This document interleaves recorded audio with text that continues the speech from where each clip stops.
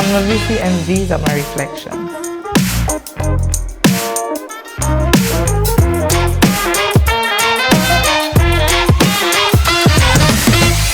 The most unserious thing that gives me main character energy is playing very loud Afrobeats in my car on my commutes. My playlist is, what do the Gen Z say? It's lit.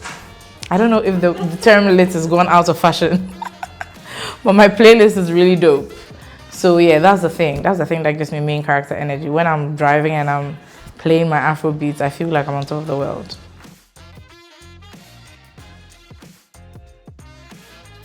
So Norvisi starter pack would mean, Norvisi starter pack would have lip gloss, obviously, because I'm a lip gloss girly. Of course, my phone. I do virtually everything with my phone. And then my Vision with V journal for those late night journaling sessions. And we can throw some jollof in there.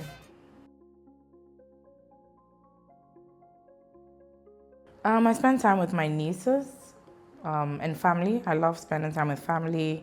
I love watching documentaries. I used to love watching true crime, but I read somewhere that only serial killers do that. So I don't do that anymore. I love to go on solo dates. That's like one of my favorite things. I would just go to a restaurant by myself with my journal. I would just sit in the corner, journal, order something nice, have a drink, and just really enjoy myself and romanticize my life. I really love that. It's one of my favorite things. My money. One of the things that these days I'm very intentional about not feeling bad about is spending my money, my hard-earned money, in whichever way I like. Because for many years, I was very much save, invest. I still think that you should do that, save, invest, buy property if you can. But I've just decided that life is not only about that. And so now I'm very intentional about spending a portion of my money on things that I love. And sometimes they are not necessarily things that would give me back money. It's really just, a nice pair of shoes, why not? A nice outfit, why not? Travel. I'm just more intentional about spending my money because life is short.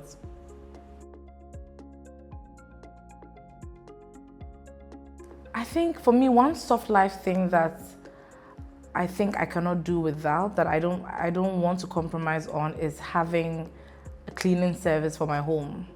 Because obviously if your home is disorderly or untidy, it's very difficult to concentrate.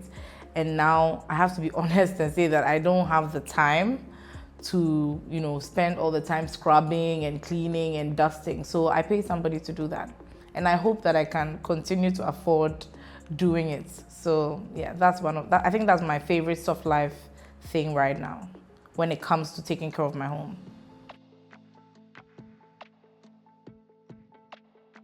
Taking on too much. I'm always, I don't know where I'm rushing to, but I'm always working on something. Most of the time, multiple things. And all of these things are separate from my full-time job. Aside my full-time job, which I put a lot of my effort into, everybody knows that. I always have multiple passions that I'm juggling or planning or conceptualizing. And I think sometimes it gets a bit too much. So I'm learning to just take some time to just prioritize the things that have to be done immediately and the things that I don't need to put a very strict timeline on. So I would say that that's my toxic trait. So one thing that I consistently struggle with is getting enough sleep. I need to learn how to sleep. I don't know how to sleep. When it's time for bed, I'm always like, I have a lot of anxiety around sleeping, so I never get enough sleep. I'm always exhausted in the morning, especially when I have an early morning, because I do some of my best work late in the night, which impacts my ability to go to bed early, and then that becomes a cycle, and then, yeah. So that's something that I'm working on. I've been told, you put your devices aside and you just lay there and count sheep. I've done all of that. It doesn't always work, but I'm still working on it, and I'm hoping that I can eventually figure out how to sleep. And I think everyone should do the same. Sleep is very good for you. I have so many things I want to do and own. One moment I'm thinking I want to own a really nice resort somewhere on some island, buy an island and own a resort. There's also me wanting to create a brand in a specific fashion segment. That is in the works, actually, working on that. And then what else? Maybe become a CEO of some large multinational. With that particular dream, I go in and out of it. Sometimes I decide that I don't need to become a CEO one day. I'm fine just having a very good career and calling it a day at some point. And then there are times that I get into my CEO, female CEO energy. So yes, it's a Delulu dream, but who knows? I always have a packing list. Yeah, I'm like, I have a lot of those. I was even sharing it with a colleague recently and they were so shocked. I have packing lists. I never go anywhere without like a packing list. I spend more of my time doing a packing list than packing. And there are random things on it: underwear, makeup, sanitary pads. Everything goes on the packing list before it goes into my box.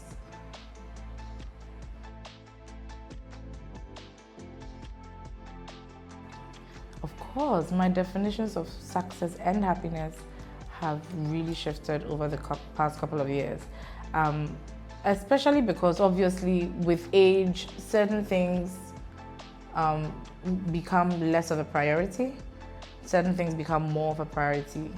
These days, I think I'm more focused on joy rather than happiness. I feel like happiness is very fleeting.